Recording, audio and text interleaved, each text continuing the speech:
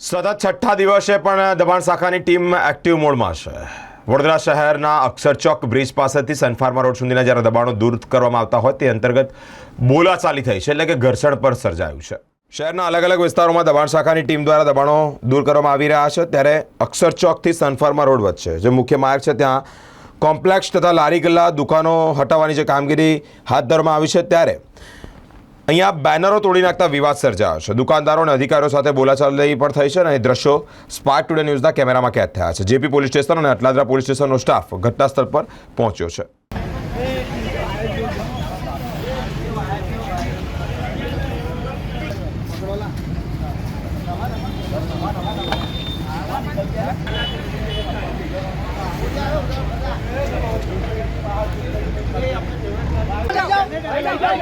તમે લઈ જાઓ અમારી હાથમાં છે ને શું જવાબદારી તમારી?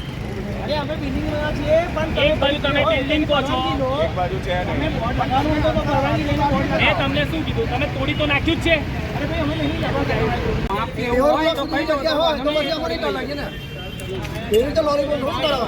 કોમર્શિયલમાં જે કોઈ નાયબ છે કોઈ કાયને પકડ લઈ લેવાનું છે કોઈની ફરજ નથી। મેજર લાઈન અને માપણી વગર તમે કઈ રીતે તોડી શકો? પ્રાઇવેટ છે તમારું અહીં પેવર બ્લોક પર છે સાહેબ। પાર્કિંગ અમારું પાર્કિંગ નથી, અમારું પાર્કિંગ નીચે છે। કેમ આવું કરો તમે? અમે પાર્કિંગ વાપરતા જ નથી। તમારું છે દબાણ શાખાવાળાઓ જે રીતે વડોદરામાં વિસ્તારો દબાણો તોડી રહ્યા છે, આપણો વિરોધ નથી દબાણ તોડવાનો। સનફાર્મા રોડ પર ફ્લોરેન્સ પ્રાઇડ છે કોમ્પ્લેક્સ, તમે જોઈ શકો છો। ફ્લોરેન્સ પ્રાઇડમાં આ કોમ્પ્લેક્સ પાછલા 10 વર્ષથી છે। કોમ્પ્લેક્સમાં રોડ અને રોડ પછી ફૂટપાથ પેવર બ્લોક નાખ્યા પછીની કોમ્પ્લેક્સની જગ્યા છે। કોમ્પ્લેક્સની જગ્યાના કોમ્પ્લેક્સમાં દબાણ ના થાય, પોતાનું બોર્ડનું બ્રાન્ડિંગ ના થાય, એના માટે બિલ્ડરે એ ટાઈમે જે તે ટાઈમે લોલીપોપ બનાવીને આપ્યા હતા। એ લોલીપોપ આજે નથી, એમની પાસે કોઈ નકશો છે, નથી કોઈ માપણી છે। આઈને લોલીપોપ તોડી નાખ્યા છે, તોડીને ફેબ્રિકેશન ભેગું કરવાનું કામ કરી રહ્યા છે આ લોકો। મારો વિરોધ નથી કે તમે દબાણ ના તોડશો, પણ દબાણ જે છે એ લારી ગલ્લા છે કે ભાઈ કોર્પોરેશનની જગ્યામાં છે એને તોડો।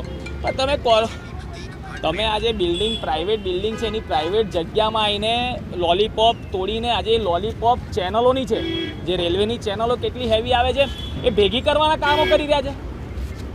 આ ફેબ્રિકેશનો ભેગું કરીને પછી એની હરાજી બોલાવવાની।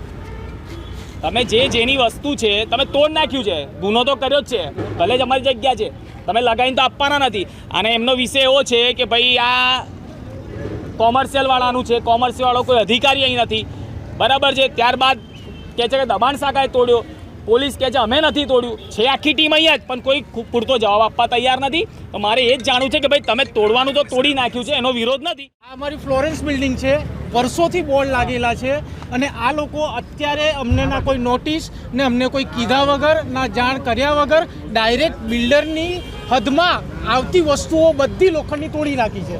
અને અમને પૂછીએ છીએ તો અમને કોઈ હકારાત્મક જવાબ ને પ્રોપર આન્સર આપી જ નથી રહ્યા। તોડીને ટ્રેક્ટરમાં ભરીને લઈ ગયા છે સામાન, જે અને આ જે વસ્તુ તોડી છે બિલ્ડરના હદમાં છે અને વર્ષોથી છે।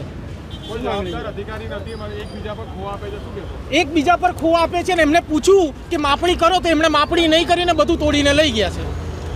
શું માંગણી એ છે અમારું જે નુકસાન થયું છે, જે અમે વર્ષોથી અહીંયા દુકાનની સામે બોર્ડ લાગેલા છે, તો એ લોકો રિસ્પોન્સિબલ હોવા જોઈએ કે આ પાછું બોર્ડ લગાવીને આપે।